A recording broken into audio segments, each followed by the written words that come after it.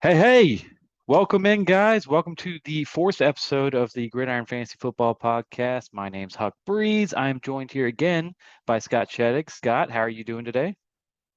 I'm doing great, man. It is week of live football. We're Yep. almost there. Opening week, so I'm really excited. How are you today? I'm great. I just got off a Labor Day weekend where I spent the last weekend with my family that they will probably see me for the next 3 or 4 months. You got to get that weekend in on Labor Day weekend that, hey, babe, wife, fiance, girlfriend, whatever, let's get some family time in so that, when football does come, you can be away without consequence. So, did you get anything done over Labor Day weekend? Have any big events or what? No big events, just kind of like yourself, just spending some quality time with my wife, like you said, just making sure that they feel she felt loved and got some attention before the football season because after Yeah, that it's going to be a little more rare. yeah. So yeah, I thought that was very smart on your choice as well. Get that quality time in before the season, so you're not doing it on important NFL Sundays. It's already started. So like just drafts and podcasts and rankings and just generally staring at my lineups and I've already been complained about and we haven't even had a meaningful snap on the season. But anyway, before we get into the in-depth stuff for football, let's talk about, you know, what are you watching? We're going to do this every week. It is entertainment season. So Scott, right now, what are you watching? This past weekend, I was watching the U.S. Open a lot. Serena Williams had her final match. It was her final tournament that she played in. She played really well. She played in doubles with her sister, Venus. They lost, unfortunately, and Serena played really well. She beat the number two girl in the world, and then she lost to Australian girl Tomljanovic that played really, really well. And Yeah. because like the crowd was all rooting for Serena, obviously, so it was tough on the other opponent. Because tennis crowds aren't usually that wild and that boisterous. So like, but everybody was kind of like really rooting for Serena. So that was a lot of fun to watch. Unfortunately, she lost, but she was up there in age and she hadn't really trained that much lately. But it was kind of great just to see her last goodbye, just because we'll never see another player like that. She was, I mean, just absolutely amazing athlete and of course world class tennis player, of course. Yeah, I caught the end of that at the sports bar up there in Dallas, and I mean, it's a great tennis match, and everybody was behind Serena. I mean, she is a sports star that's transcended, you know, just everything. I mean, I would not be a huge tennis fan or women's tennis fan if not for her. I mean, she's just somebody that really is generational. So, yeah, I that was a good weekend deal. I spent some time up there in Dallas with Max, one of our league mates. We just shot the shit about our fantasy teams and drank drinks by the pool. It was a fun time, spent some time with family and yeah, now we are absolutely ready. The next time uh there's a football snap, it's going to be fantasy worthy. I mean, somebody's going to get some points. That's what's amazing. Um as far as what I'm watching, Lord of the Rings. I don't know, have you seen it? Oh yeah, I started. There You've was you've the seen the two the episode Rings of premiere Power? last week. Yeah. Yeah, it's a great start. It starts out like a little slow. Um where you're like, what's going on? You really have to follow it pretty closely. This is not your run-of-the-mill Lord of the Rings where there's action or I don't want to say lovable characters, but I mean, you got like, the hobbits and lovable characters. This one's not quite like that. It is a drama. It doesn't have that main Frodo. It doesn't have that main like whatever. It is a drama, and it's different. It's definitely different. I know there's a lot of people who are mad about the racial equality and it not being Tolkien's vision, Yeah, which is but like, did absolutely someone call up ridiculous. Tolkien and be like, "Hey, we're the only white people"? And I guess, I mean, the original version was a bit racist in general, but like, Yeah. it didn't take away from the story. It did. I wasn't like, "Oh, well, now they put this person there, it's ruined." Like, Yeah. that's bullshit. Like, it Well, was the other characters in there did a great job. oh Like, yeah. Oh my, through the first two so, episodes, I think it's amazing. And the quality that they put behind this Lord of the Rings. I mean, they weren't going to, skimp on it, but the quality that they put behind this Lord of the Rings is totally different from any other Amazon show that I've seen, because a lot of the Amazon shows, as far as the action shows, are kind of low budget, and they just don't look good. You know what I mean? Um, yeah, yeah, yeah, the budget is a lot to do with that. right. And with this Lord of the Rings, it looks movie quality. I mean, it's actually really, really good. Anything else you're watching right now before we get into some football? Oh, just the usual Bachelorette, coming down to the wire. So I'm pretty excited for tonight. Second night in a row, Bachelorette. Oh, So wow. Wow. Well, we'll try yeah, to fit this in so you can, get in with the wife and watch some Bachelorette. that's the idea. Yeah. All right. Let's get in some NFL news and notes here. Uh, Alan Lazard is hobbling, or I don't even know if hobbling's the right word. He is questionable to play, and he has an undisclosed injury, is not practicing. And it's just he may or may not play. Do you think this is a big deal for Aaron Rodgers? Do you think this is a big deal going into week one, with their crazy wide receiver core that they're trying to start the season with? I mean, I think it matters, yes, just because he's one of the only guys that's been there for a little bit. Him and Randall Cobb and stuff. So and there's Amari Rogers, I guess, too. It's just, I don't think it's like that important, just because Lazard has been there for years and he's never been fantasy worthy, or like, like I don't know. We know his name just because everybody expects him to, like, at some point have an amazing season because Aaron Rodgers is the quarterback, Yeah. but he hasn't yet, and he's been there for a while. So like, I just don't think that this is the season that was like, all of a sudden, now that Devontae Adams gone, by the way, he's amazing. It's like, nah, he's probably as good as much as we know him for is as good as he's for, I'm guessing. Yep. Rodgers is going to make somebody an amazing wide receiver there. He really is. So there's always a chance. I just don't see Adam Lazard being the guy. So I don't think it's that important right now. I know. I 100% agree with that. I think that he is going to make somebody amazing. They're going to have a wide receiver one. And I think that we're not the only people who realize that. And I'm not shitting on Lazard, like, by any means.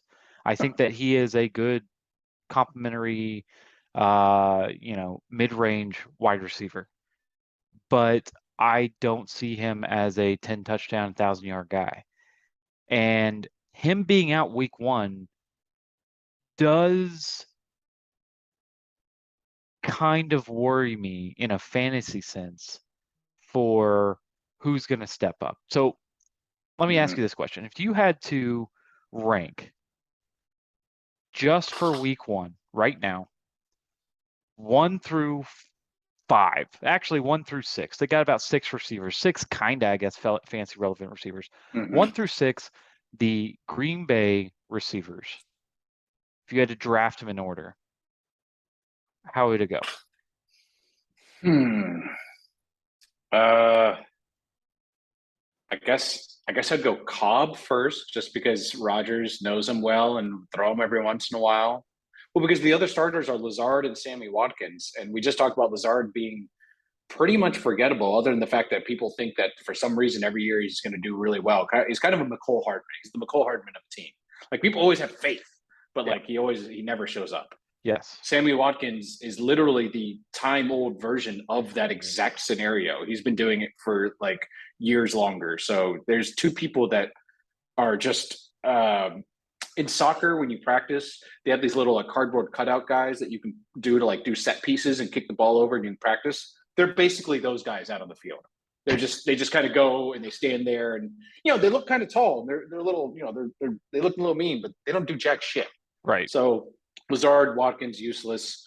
Cobb, old, but Rogers, you have to think about the quarterback. Rogers is kind of like Brady, where he throws you the ball, and if you drop it once, That's it. He'll bench you himself right then and there. But if he Yep. likes you, he'll always look for you. He'll always like kind of trust you. This kind of thing. So it's like Rogers trusts Scott. That's why I went with him first.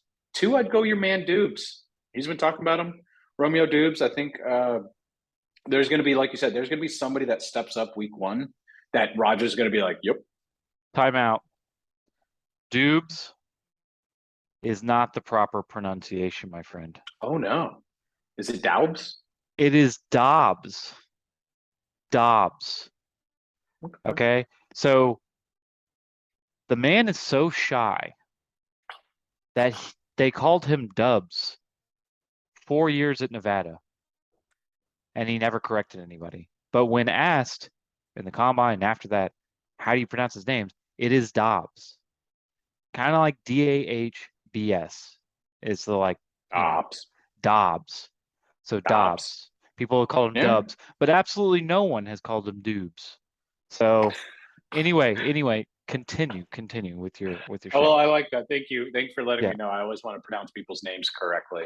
Yeah. But I think Dobbs is number 2, and honestly, he'd probably supplant Cobb at some point because Cobb's so old. So, no, like I said, Lazard and Watkins have had years to prove themselves. Never have. Probably never will. Dobbs has a huge chance to become a star. And if it's not him, then maybe Rogers just likes throwing to Amari Rogers for the Rogers to Rogers connection. But yeah, I think that's where I stand on their wide receivers. Wow. Okay. How about yourself? I still have to stick with Lazard number 1. I have to stick with Lazard number 1 because we haven't seen him in a number 1 role, and he is the kind of ranking member. Now, I know you say Cobb has played with him. Cobb has not played in this particular offense as long as Lazard. Cobb has been around the world. Also, Cobb is the oldest of all of them. I will take Lazard number 1. I will take Dobbs number 2, and that is real close. I think Dobbs could be number 1 for this team. Mm-hmm. And by I think year's end, he'll end up being the number 1 by the end of the year. right. If I was rolling the dice and trying to, not be as safe as I am right here, I would take Dobbs before Lazard. Then Sammy Watkins. I wouldn't be happy about it, but I'd take Sammy Watkins. Then Christian Watson. I mean, they spent a number 1 pick on him. I know he didn't get a lot in the preseason, so he might have a slow start. But I think that Watson could be involved in this team come mid-season and even towards the end of the season if he can show out. Cobb just doesn't interest me, like at all. He doesn't. And so, I could see situationally him having 2 touchdown games, especially in prime time. He's like a tight end. He'd be touchdown dependent, basically. Right. It'd be those times where they're near the red zone, and he just, like I said, Rogers trusts him, so he just like flings him one, and you have some 4th string corner covering Cobb, and he's like, I can beat this guy. Yeah, you're not going to have a lot of 85-yard touchdowns. You're not going to have a lot of Cobb drives where it goes Cobb, where he's just roasting the corner. So to me, I think he's like somebody that could be left out of fantasy relevance. Amari Rogers, they spent a top pick on him. They don't really have a lot of confidence in him. He is like the backup slot, so he would be near the bottom. But yeah, that's where I would rank him. And I'm really high on Dobbs. I am super high on Dobbs. I think that he could have a fantastic year. And if you have drafted him anywhere and are on the fence whether he's going to be a star wide receiver or not, I think you have confidence. Go into week 1, take those risks. Those are the kind of things that make good fantasy teams, is that everybody else looking left and you're looking right with Dobbs or somebody along those lines. So yeah, that's how the Packers look. Let's get something more relevant to you, something that might be close to your heart. Mitch Trubisky was named the starter this morning, kind of secretly. Okay. They didn't really have a press conference. I know Mike Tomlin had a press conference today to discuss it, but was this on purpose that he just didn't want to say anything ceremoniously or send out a message to the media saying Trubisky is the winner? Does that say something about Pickett or what do you think? Because I was watching Tomlin's press conference the day before, and they were asking him, and he was kind of saying, it's not necessarily about what guys have done and what other guys haven't done and stuff. It's kind of more over this has just been the plan. And I guess like he could have done like more of an official press conference statement saying, "Hey, yeah, like you said, dude, Mitchell Trubisky's the winner." The thing is, they don't want to start Kenny Pickett as the first game because essentially with that offensive line, you're going to go out there with a plan and you're going to get punched in the face. Mm-hmm. And it's much better for Mitch Trubisky to get punched in the face than Kenny.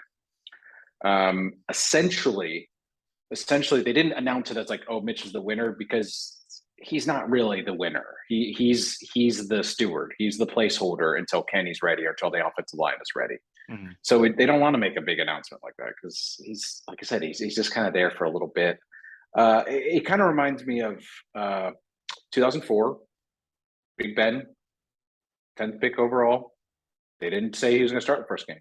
Tommy Maddox first still started. But everybody knew Tommy Maddox was not the future. Everybody knew.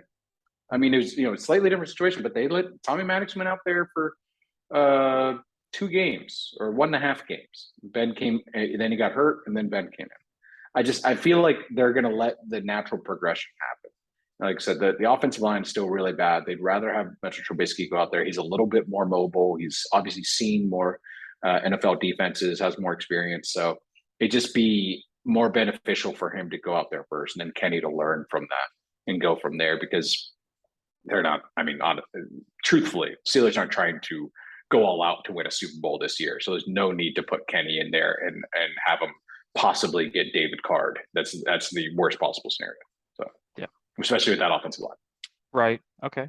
So as a Steelers fan, if Trubisky played every game this year because he was semi-successful, or he was leading the team to wins, or he was an acceptable quarterback, and y'all made the playoffs, is that an acceptable season for you, or do you really want to see Kenny Pickett this year? I do want to see Kenny Pickett, but at the same time, you've got success stories like Mahomes. He didn't play his first year, and now he's the best quarterback in the league. I'm not saying Kenny Pickett's Mahomes, but I'm just saying there's worse things than waiting and having your quarterback wait. Now, you don't want him to end up being a Jordan Love, that obviously just sitting there and being completely useless and just being a distraction more than anything else. Right. I think eventually Mr. Trubisky will give way to Kenny Pickett this year, though. Yeah, I wouldn't put Aaron Rodgers and Mitch Trubisky in the same basket there with that Love comparison. But I get what you're saying. I understand that, Pickett's going to come at some point. It just, as long as the Steelers are winning, you probably won't see him.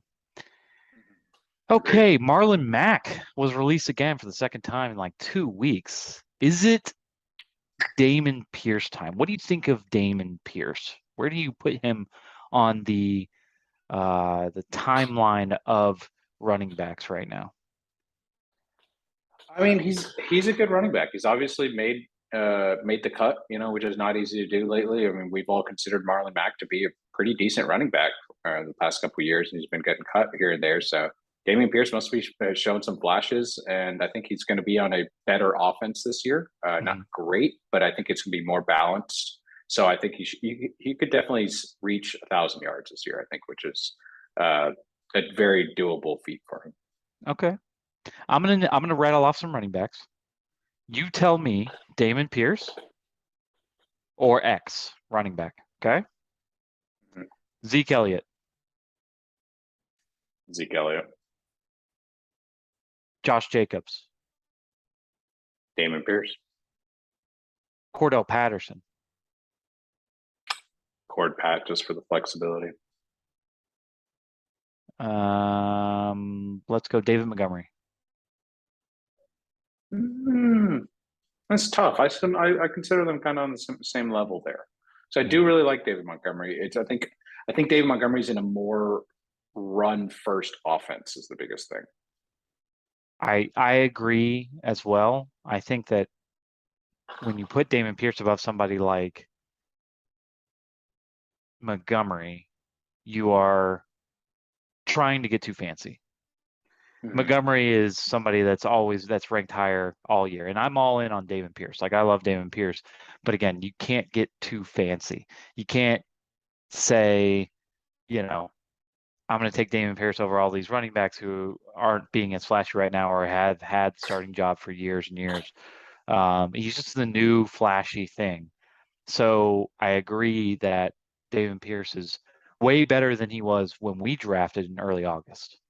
Okay. Mhm. I mean, he has really skyrocketed probably more than anybody else in the NFL as far as draft position, as far as value in fantasy. But you have to pump the brakes here. We're still talking about the Texans. Okay. We're still talking about a young rebuilding team and a team that's going to be playing from behind a lot. And I like his pass catching chops, but I think that Burkhead will still get some work, and Mhm. you're looking at a mid ceiling. I, I I like David Pierce, and I think he's improved a lot from in the last month, but we're not talking about one of the top 10 running backs in the league. Not at this point. I mean, Arian Foster, he may give me Arian Foster vibes, and maybe in the next 2 or 3 years we can be drafting him top 10. I would love that as a Texans fan. All right. So last thing here in the NFL news and notes, James Robinson, fully healthy from his Achilles injury, which we don't really see a lot. Okay. Mhm. You had Akers come back from it last year, but you haven't really seen like a ton of people come back from Achilles injuries, at least this fast. Is this something to worry about if you're an ETN owner? I do. It's a slight concern just because they're both kind of first and second down runners. I don't think they're going to transition Robinson into a third down pass catcher. You know, Hmm. so I think that's kind of the only concern. But I do feel like the team and the organization have been waiting for Etienne to kind of step it up, and I think they're still going to give him every opportunity available. So I wouldn't be too worried. Plus, Achilles injuries are not something you just come hopping and skipping back from. I think it's still going to be a little bit of a upward journey for him, upward battle for him. But I think Etienne is still set. Yeah. No, and I think he's the better running back of the two as far as talent's concerned. Mm-hmm. Uh, I just think that it's very rare that you see an NFL team go to one back, especially a back Mm-hmm. who is speed rather than power. James Robinson's Mm-hmm. power, and they may use him for 10 to 15 snaps a week the first 3 or 4 weeks, but I could see him getting 20 plus, ETN getting 10 plus the passing down work near midseason or the end of the season, which would put a lot of value on James Robinson. And would make ETN.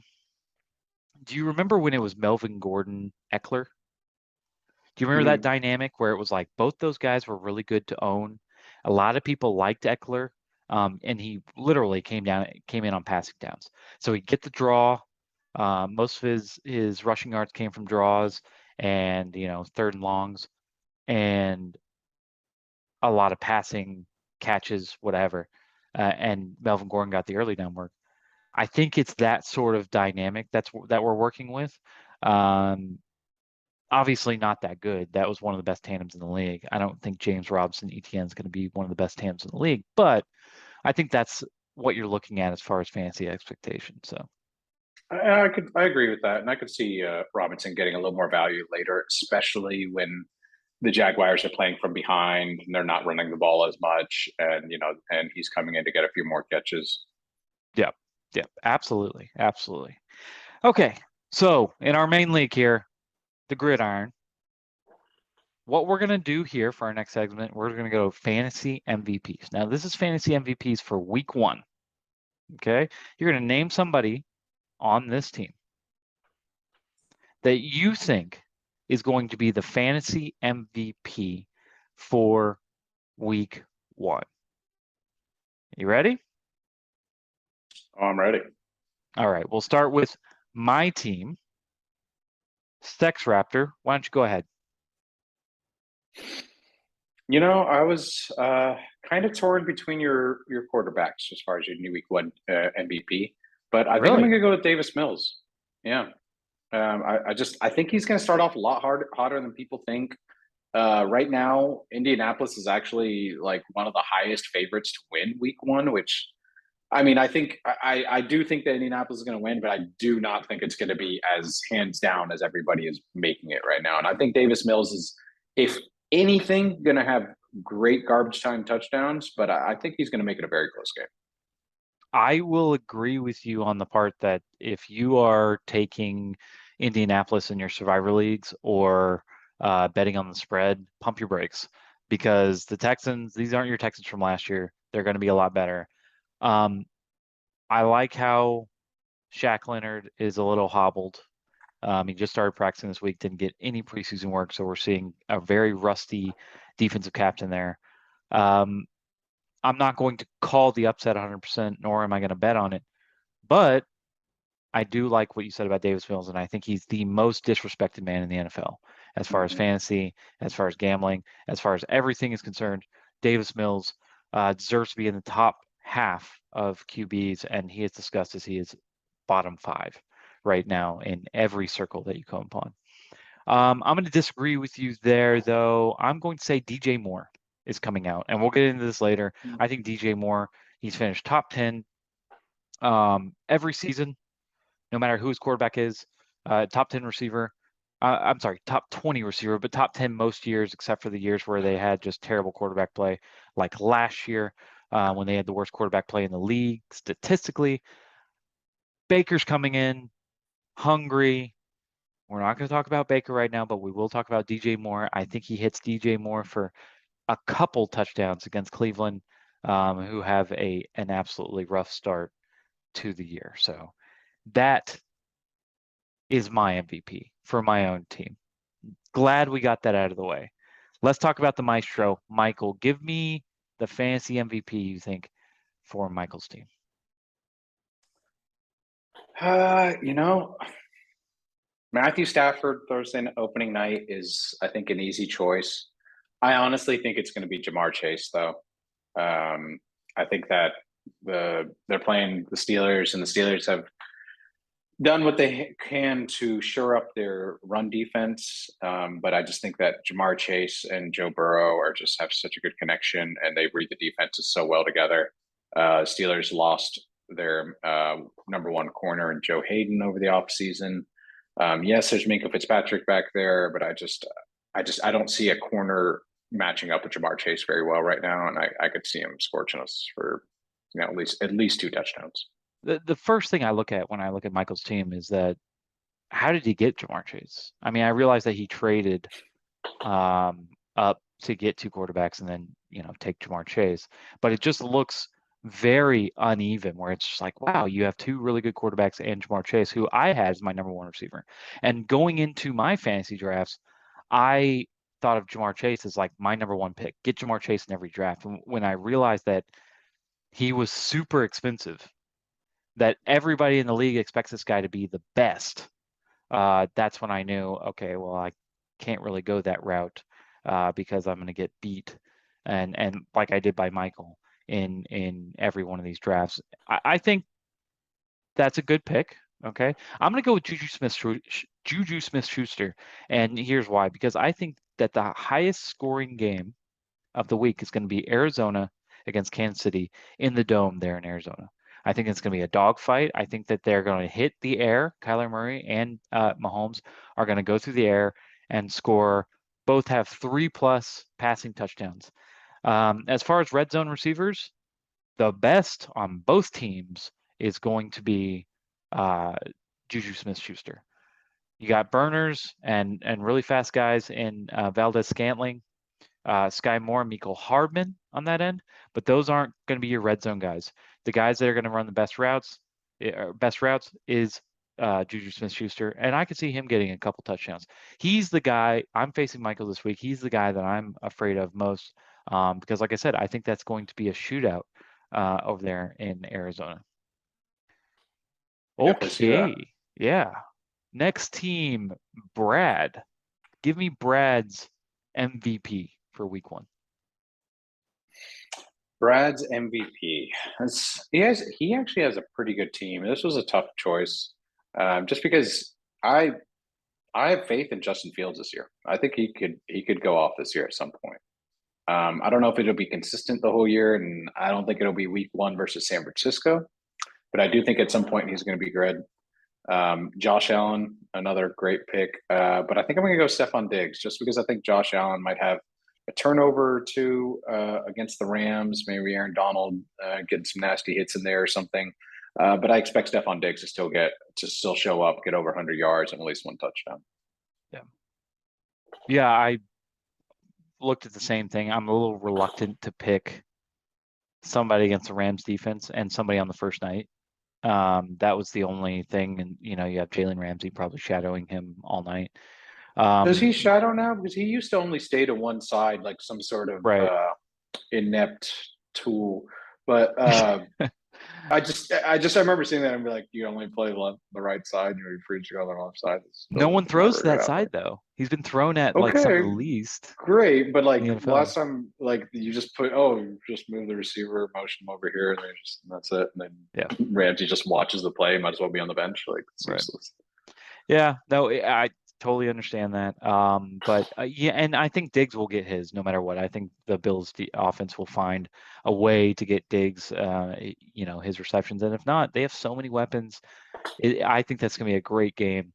A great offense versus a great defense. But I'm going Fournette, and I shit on Fournette all during the preseason, all throughout fantasy drafts because I thought he wasn't good value. He showed up fat to camp. He's done that in the past. He has terrible conditioning, but the guy is just talented. He is very talented. And I think that Tampa Bay is going to gear themselves a little bit more to the ground game and to the short passing game than they have in the past. I don't think that Tom Brady's going to have a ton of time with these offensive line problems. And so a lot of what Fournette's attraction is those short passes, those short routes. He gets them on first and second down, which is not a lot of running backs in the league get that consistently. I like Fournette to score like 20 points against Dallas. Again, I think that is a pretty good matchup. Not that I hate Dallas' defense. I think they're fine. But yeah, I think I like Leonard Fournette going into Sunday night. Fournette's one of those like sneaky good running backs. Like his points per game is just absurd. It is, and it's something where it's like if somebody offers you him in a trade, it's like the most unattractive player. You're like, oh, I'll pass. But he's consistently good year after year after year, and I think Brad got him in a pretty good round. I think the fourth round. So it's a hot deal. Let's do Clay's team. What do you think? I mean, Clay's got a pretty good team. I got to go with the obvious choice here, just because I think this will be one of the other highest scoring games of the weekend in Justin Herbert and the Chargers versus Las Vegas. I think with all the firepower on offense on both those teams, I think Justin Herbert's going to go crazy. I will definitely give a close second to George Kittle, just because I think that Trey Lance's first real NFL game, he might look to his tight end a little bit more often in the red zone. Yeah. Okay. All right. I can get on board with that. I traded him Kittle, but okay. I can get on board with that. Kyler Murray for me. Like I said, this is an easy one. It's gonna be a shootout. I already said he's gonna get 3+ touchdowns. Casey's defense has looked non-existent in the past. It'll probably be better this year, but it's not going to be to the point where they can stop Kyler Murray, even without DeAndre Hopkins. I think that this game might be 30-something to 30-something, 40. Just make sure you check those progress reports for Kyler Murray. Last time his report card had some bad notes on it. He wasn't studying enough. He was skipping, mandatory study sessions. It just, it wasn't looking good. As far as you want your you look compared like to Kobe or something like that. Kobe always was going back to fundamentals, studying tape, and he was a student of the game. And that's just one thing that to me, Kyler is he's just nah, I got enough talent. Fuck it, I don't need to watch anything about this tape. I'll just go out there and just wing it and just fling it up there. And it's dude, got like a whole organization kind of depending on you. Maybe you could be not a piece of shit for like 3 seconds and put in a little bit more effort. Other than yes, you're a very fast hamster. That's great. What if you're a fast hamster with effort and like brains and like preparation? Imagine what you could do then. But instead, you're just like, nah, fuck it. I'll just show up and wing it. Good job, buddy. Yeah. Well, I mean, I can agree with you that he doesn't have the same drive as a lot of other quarterbacks in the league, but his talent does really carry him. He is a top 6 or 7 quarterback in the league, and does have a really good offense that Cliff Kingsbury runs there. So, and technically, even though I don't agree with this, it's Clay's quarterback 2. If you want to count Yeah, Gilbert yeah, no, as yeah. fielder, but I think that's the guy that scores the most points on his team. I think that's definitely his MVP. Let's do Chase. How about Chase? What do you think of El Presidente Camacho's team? He's got a pretty good team. His quarterbacks could be easy choices as well. I think Joe Burrow will have a great day against Pittsburgh. I think Dak Prescott will even have a good day against Tampa Bay. Um, I don't know. I got a feeling about Saquon. I think Saquon's going to come out hot. I think he's going to come back this year and be really good. Yeah, Um, at Tennessee is a tough matchup. I will say that because they usually have a very strong front seven. Um, not Harold Landry. well, I want to choose Saquon, but I'm probably going to go Joe. Joe Burrow's probably going to end up like 3 or 4 touchdowns. Man, are you just saying this because you don't want it to happen? Or, I mean, you want that Pittsburgh win week 1. I would love to see it. It's just watching them play last year. I've never seen the Pittsburgh defense that off keel. Like every single play, they're like, we think it's a run, and it was a pass. We think it's a pass, and it was a run. And it was just like I've never seen them guess wrong so many times, and it was bad to watch. It really was. Yeah. Being able to win the war in the trenches and stop the run would be the first thing to do, but I don't think that the secondary isn't as good as it was. Fitzpatrick, they're going to move him around a little more, and that's great. But unless Troy Polamalu goes in there and takes his jersey and starts playing for him, like I don't think it's going to be what they want it to be. So I don't see it being a great start. Okay.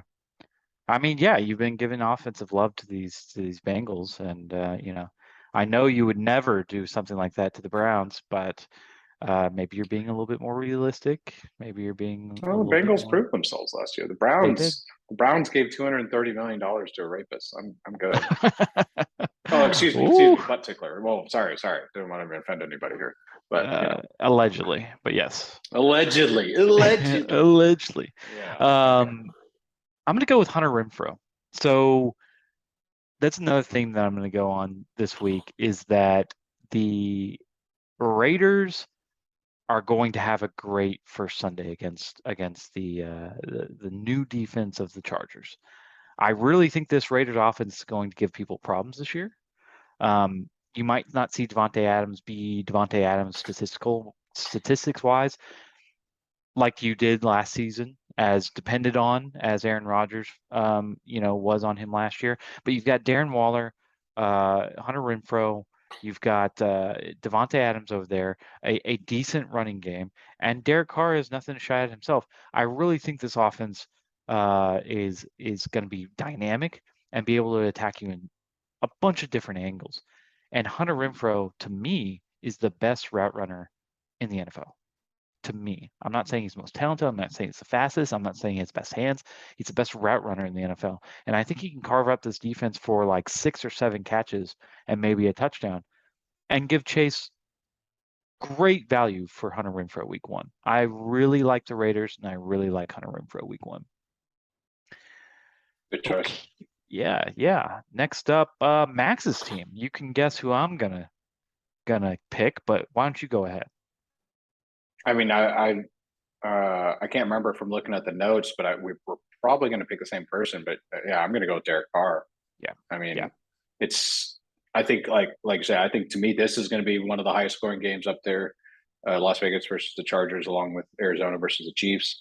But I think Carr, with all of his new weapons, I just think he's going to have a field day out there. Just looking at his matchups with, like you were just saying, Devontae Adams and Darren Waller, and even Hunter Renfrow.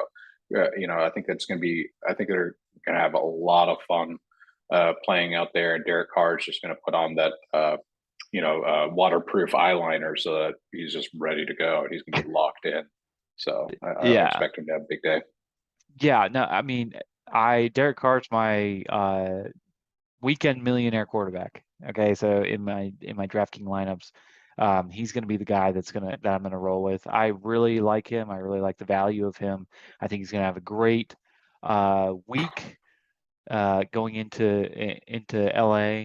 And yeah, I mean that's to me that's an easy pick. I think that they're coming off a year where they're hungry and it's a win now team, and Derek Carr's going to go out there and sling it. I wouldn't be surprised if he gets 4 TDs and 300 something yards. So I love Derek Carr this week. Love him. All right, let's go to your team. Who do you think is going to be the MVP of your team, Scott? Hmm. Hmm. Hmm. Hmm. This is your first It's a time good seeing it? question. Getting Well, fresh eyes on your I team? want everybody. I want everybody to do well because Yep. it's my team. Like I'd be confident in picking Trayvon Diggs to get a pick six. And make it a week. Okay. All Um, right. he's got old man Brady back there taking time off, going vacation during training camp and everything. Try it. Yep. Try throwing one past Diggs, man. Try it. So I'm gonna go with that. I'm gonna go with him. My close second is another Cowboy. My other Cowboy, CeeDee Lamb. I think he's gonna have a great game versus Tampa Bay. So I think Sunday night game versus Tampa Bay, Dallas is going to treat it like their Super Bowl. If we can beat Brady on Sunday night, Week 1, everybody's going to be talking about how good the Cowboys are. So they're going to just try to like put on a show. I think, and I think CeeDee Lamb is going to be a big benefactor of that. One thing I can guarantee you is that Tom Brady is going to try to put one past Trayvon Diggs. Yeah, Trayvon Diggs might Oh be yeah, the corner from last year that was passed on the most. Yes, lots of interceptions, but yes, lots of blown plays and lots of yards given up. So I guarantee they do attack him, they do challenge him, and maybe that's good for being a corner. Maybe that does produce fantasy stats, but in real life games. Trayvon Diggs is just not a very good coverage corner at all. If he does try to bait you for that interception, a lot of times he fails.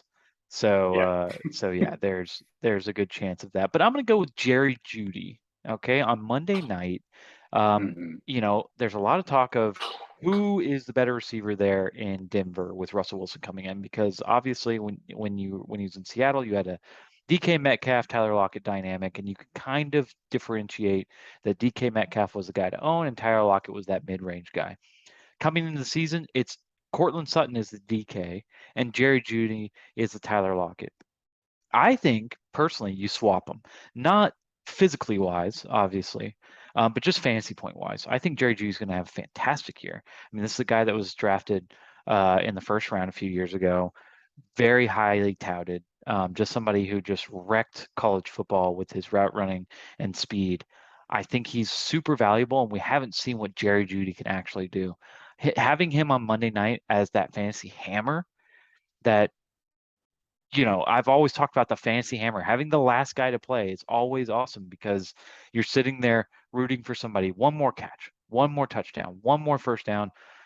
Give me that. I think Jerry Jeudy is like an awesome guy to have on Monday night for week 1 for sure. So congratulations on that, by the way. Thank you very much. Yeah, yeah, yeah. How about let's talk about John's team. John's exciting team. Just a background for everybody listening that doesn't know. John's team was auto drafted because he didn't show up to the draft. I know a lot of leagues have that, and as disappointing as it might be, we hope that he can attend drafts in the future. However, he didn't this year. Scott, who's his MVP for week 1? It's got to be Lamar. A healthy Lamar Jackson is a scary Lamar Jackson.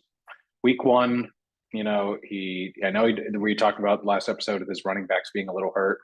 Mhm. So that might put a little more pressure on him to run the ball, but it's also a contract year for him since they didn't get his contract done. So I think week 1, especially against the Jets, he is going to try to I wouldn't be surprised if he ended up with 6 touchdowns total. Yeah. Okay. I mean, that's reminiscent of when I had Lamar Jackson 3 years ago. He faced the Dolphins on week 1, and I think he went through 4 through the air and 2 on the ground, something absolutely ridiculous, and just slayed the expectations I had for him. However, I think Lamar Jackson's on the downslope. I don't personally like him any week, especially this first week against the Jets defense, because I think the Jets defense is one thing that's going to hold them in games. Not saying that Flacco's going to come out and slay them. I still think, I know we'll talk about it later, survivor picks, but I like Nick Bolton. I know that's crazy. I really like Nick Bolton coming into the season. He's a rookie. He last year was a rookie linebacker, second year linebacker. He had 100 plus tackles last year. Super impressive. Over 10 tackles for loss, which is awesome. He's coming in to a game where I told you it's going to be a shootout. There will be balls flying everywhere, and he's going to get a ton of opportunities to get tackles, to get interceptions, to get takeaways, forced fumbles, etc. I think that Nick Bolton is going to be somebody that really shows up for his team. And yeah, sometimes you get auto drafted some really talented players on defense. So good for him. I do think he absolutely gets smothered by you. But One yeah, can only hope. one can only hope. How about Neil's team? Give me Neil's MVP. I think I'm gonna go with Christian McCaffrey. I think kind of like I was just saying with Lamar, that when this guy is healthy, he's one of the best running backs in the league. Now, I don't necessarily expect that to be the case all year long, staying healthy, but right now, week one, especially, I'm sure some teammates want to win one for Baker against Cleveland. I could see Christian McCaffrey coming out and having a heck of a weekend, especially since the Carolina literally just said that they don't want Baker to be Superman. They just want him to basically manage the game. So Christian McCaffrey is going to get every touch. So Okay.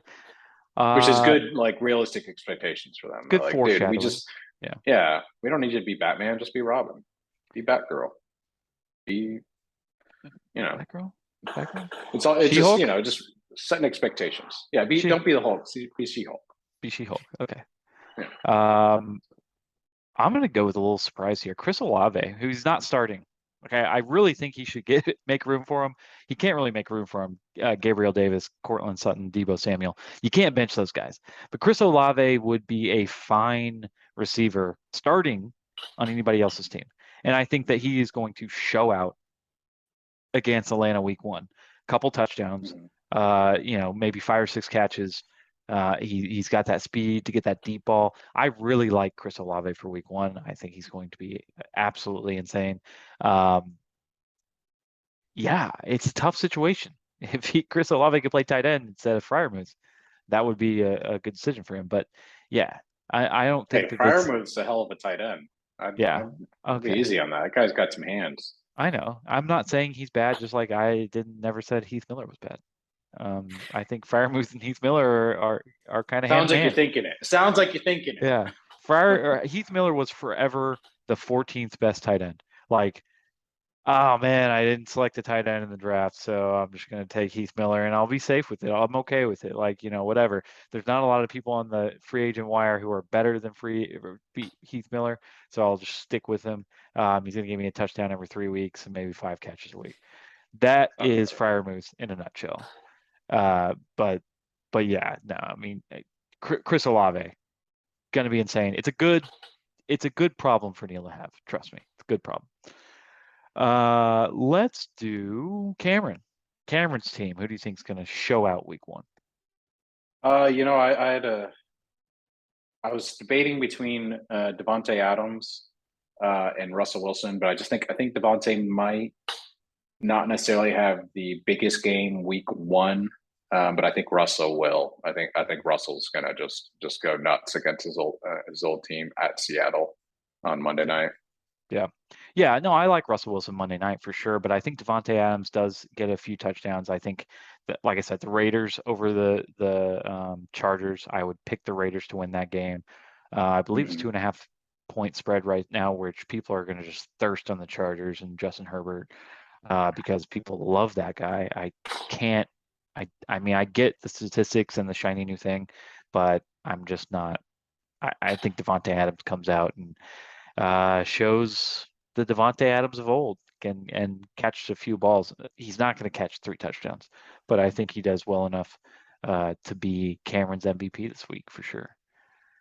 Okay. How about Hedman? Scott Hedman's team. What do you think's MVP? I really wanted to pick Tua, just because I think he's going to do really well this year.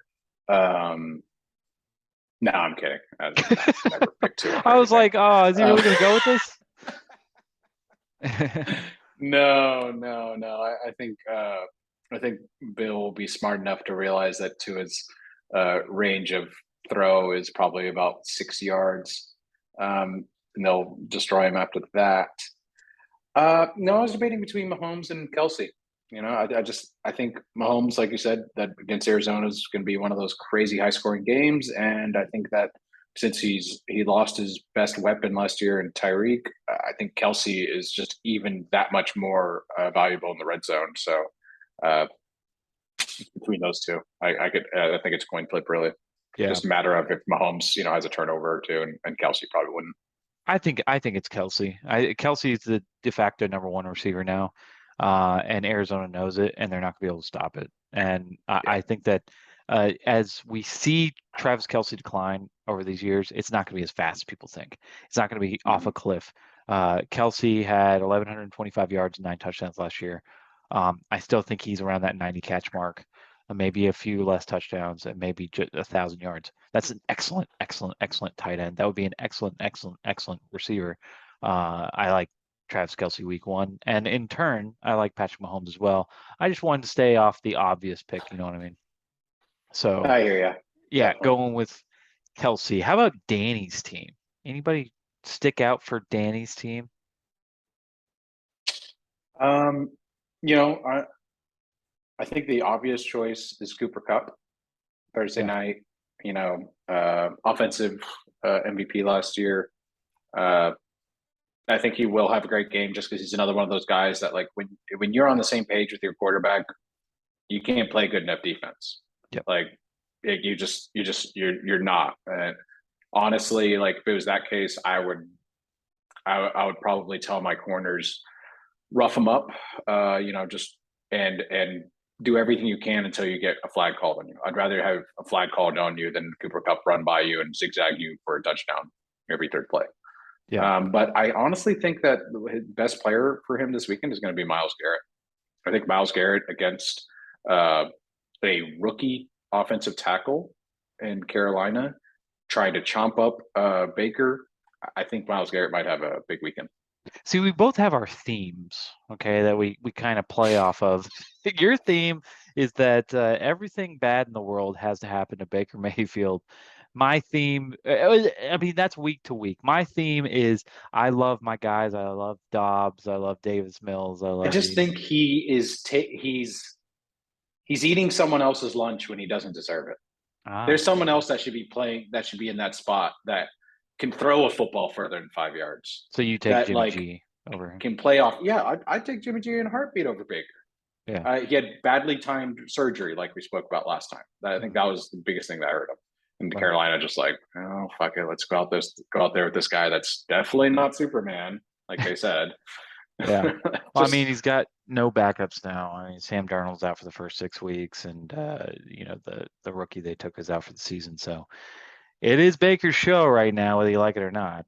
So I mean, we'll see how he does, and I will say that every time Baker does anything, whether it be good or bad, you will be on my mind. So you've I at have least nothing got that. against him. I just don't think he deserves to be in the league as anything more than a backup. Yeah. Okay. Fair enough. I'm gonna go for Danny T. I'm gonna go Jameis Winston. I went Chris Olave. I'm going Jameis Winston. I think Jameis Winston is if I'm not talking about okay, Davis Mills or Jared Goff, then I'm talking about Jameis Winston being the most disrespected man in fantasy sports. I love Jameis Winston. I think that Jameis Winston, even that year he threw 30 touchdowns and 30 interceptions, he was fifth in points, fifth in points because he throws for so many yards. Last year, his efficiency numbers went through the roof. Jameis Winston was amazing. And he's coming off an injury. I get it, but I think this is the best supporting cast he's had since he was in Tampa, since he threw those 30 picks. I love Jameis. I love Jameis week 1. This was the second worst defense against the pass last year. Atlanta's defensive backs are just terrible. So I like Jameis to come out and score a bunch of points week 1 and really do well for Danny's team. I like Jameis throughout the year. I mean, we're talking about before he got injured last year, 14 touchdowns, 3 interceptions, and then 1 on the ground. I mean, the guy played really, really well. So I really love Being Jameis. able to see things clearly made a huge difference for him. That laser eye surgery, clutch. Yes, absolutely amazing. Okay, let's go with Trevor's team. Who do you think is going to be MVP for Trevor's team? I'm gonna go with the obvious choice. I think Trey Lance is gonna come out and just show everybody why the 49ers traded up to get him. I Yeah, think he's gonna want to kind of, as much as San Francisco has a system, and everything they do, I think he's going to take every chance he get to bomb it, run it himself, or just hit those scores. So I think he's going to want to have a big day to show everybody, just forget about, Jimmy who. yeah, yeah. Okay, all right. What are you thinking? I'm gonna go Kyle Pitts. I love Kyle Pitts on the Like it. air and this number 1. I mean, Mariota is a tight end thrower. I mean, he looks for those Mm-hmm. mid-range guys. I like Drake London in the year, but it might take a while for him to, get used to NFL speeds and you know get ingrained in this offense. I think Kyle Pitts is going to be ready to go out the door week 1. I think Atlanta is not a very good team, and I think they're going to really depend on this guy to move the ball down the field. So yeah, no, I love Pitts for week 1 and beyond, but yeah, we're just for week 1, definitely Kyle Pitts. How about Coz's team? Go ahead and and pick somebody for Coz's team. Don't look at my pick. Just I was just looking at it. He's starting Baker, and honestly, I would start Mitch Trubisky or Gino over Baker. Just, I think, like I said, his left tackle is a rookie. He's going to be going up against Myles Garrett. That's not good. I think that Carolina, like they literally just stated, saying they're not going to make him do much, meaning he's going to be handing the ball off more than anything, which is all he does well. So that makes sense. And he's also playing against Cleveland, and it's going to be raining, so his little hands going to have trouble grabbing the ball. Like it's going to. I don't think it's going to be pretty for Baker. I don't think you should start him. I think his week 1 MVP though, Baker thoughts aside, it would be Mark Andrews for sure. I think that he's going to be a big recipient of Lamar Jackson just killing the Jets that first week for his own contract talks, and with basically, he's got a few new receivers there, but nobody worth mentioning. I think Andrews is going to have a big day versus Jets.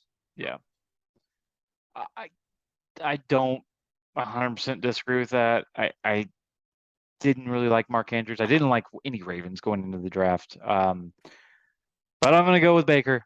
I think Baker, he does have that dog in him, and he is going against his old team week 1. I know NFL schedule makers wrote this up with the anticipation like it's some kind of drama that they're writing. I think he's going to come out there. He's going to play well, throw some touchdowns, prove that he deserves to be a starting quarterback, and prove that he is a borderline quarterback 1 going into week 2. I really like him playing at home in front of the Carolina fans, putting on a show. He's got a much better team, much better offensive cast. I like Carolina's chances to win that game as well. I know we disagree there. We'll have to see. Neither of us We'll have have to Baker see. Mayfield. I'll have one eye on Baker the whole time on Sunday, but don't worry. Yes, we will be watching him from across the bar, keeping him in the corner of our eye. Let's get into the gambling corner. I want to start doing this gambling corner every week just to kind of get some of our predictions out on paper. We can keep some scores. going and just kind of keep track and see who does better throughout the season. Are you up to date on spreads this upcoming week at all? I am now, yes. You are now. Okay, all right. So just wanted to make sure before we jump into this. So there's four. So we're gonna pick four, okay? These are the ones that I like the most. The Bills -2.5 on opening night. I'm just all in on the Bills. I think the Bills are one of the best teams, if not the best team, in the AFC. They're coming in red hot. I think that they've multiplied their weapons from last year, adding James Cook, uh, Mhm. really developing Gabriel Davis into a wide receiver 2, and Isaiah McKenzie giving him a full-time role as that wide receiver 3. Bolster that O-line. Uh, they just everybody's healthy. Josh Allen has more another year under his belt. Um, I love them going into LA and beating the Super Bowl champion Rams. I think that we've had news that Stafford is hurt. I'm buying into that, that his elbow's not 100%. I'm buying in that Cam Akers is not 100%, that he might be splitting duties with Daryl Henderson. I'm buying in that the Rams defense might not be as good as it was last year. So I'm going Bills -2.5 on opening night. I think that they'll need that 2.5 for sure, and that they'll win by 3, maybe 4 points. So like the Bills, Panthers over the Browns. I think the Browns are the worst team in the NFL. How about that right now? You like that? I think with the quarterback situation that they have, Deshaun Watson being out that many games, I think the Panthers -2.5 are an absolute fabulous pick. I don't know who would pick the Browns +2.5. If somehow the Browns pull this out, it is due to Vegas being in on the match, and it is thrown by the Panthers because the Panthers are going to win this game 100%. Chiefs Cardinals. If Talk they about hand the this. ball off to Christian McCaffrey 9 out of 10 plays, yes, Okay. All right. I agree. Well, hopefully they do that so I can win my bet. Chiefs Cardinals over 53.5. Easy money. Okay. I think that that would be what, 27 points a team. I think they both clear 30. Yeah. I like Chiefs Cardinals. Raiders team total over 23.5. I like that. I don't think the Chargers have added some defensive pieces, and they do have a decent defense. I just think the Raiders offense are going to be on a different level this year. I think they come out week 1 and shove it in the Chargers' face. Raiders over 23.5. Tell me, Scott, what do you like this week? I like that. I agree. That should be easy money right there. I think the Raiders have too many good weapons, too many good weapons that will create excellent matchups all over the field. That yes, while the Chargers it did improve their defense a little bit, it won't be enough to shut out the Raiders by any means. Yeah. So yeah, I could definitely see the over on that game as well because that's going to be another one with just lots of offensive fireworks. Mhm. Yep. All right. Yeah. Okay. So this year, as well as my fantasy teams, what I want to talk about is DraftKings. You ever play daily fantasy? I haven't in some time, but I Yep. am familiar with it.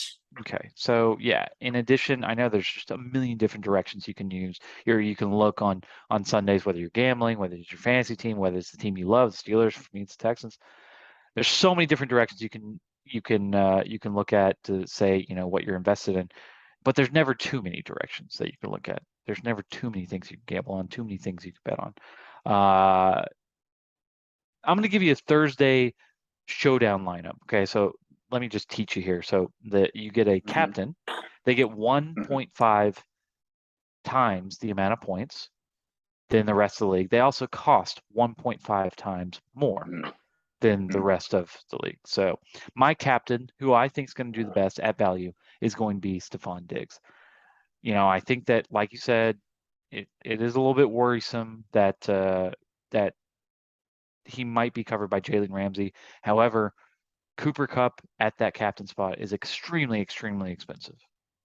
Diggs, Mm-hmm. Allen Robinson the second, Cooper Kupp, Josh Allen, James Cook, and Zach Moss. I think that they do utilize the ground game a little bit, and hopefully, they utilize that ground game in the red zone. I think Zach Moss is going to be very, very low owned when you're talking about a Singletary Cook Moss triplet. Moss will be the least likely to get you points, but the most likely, in my mind, to get goal line carries. So I like Zach Moss. Cook, I think, is the most explosive out of all the running backs and a good bet to have the passing down work. Again, I love the Bills in this game, so I'm taking 4 offensive Bills versus 2 Rams. That's my DraftKings Thursday night lineup. I'm not going to hold you to having a lineup this week, but next week I'm going to hold you to it. Okay, I'm going to give you 1 week to try to get up to date on DraftKings, and then hold you to it. My DraftKings millionaire lineup: quarterback Derek Carr, like we've talked about. I think he's just going to just blow it up. You'll be surprised by Yeah. this. Because he's so cheap, and everybody is shitting on him, Antonio Gibson is going to have a pretty good week 1, I think, at value against that Jacksonville Okay. defense. I think that he comes out, and I mean, we're talking about a split between him and J.D. McKissick.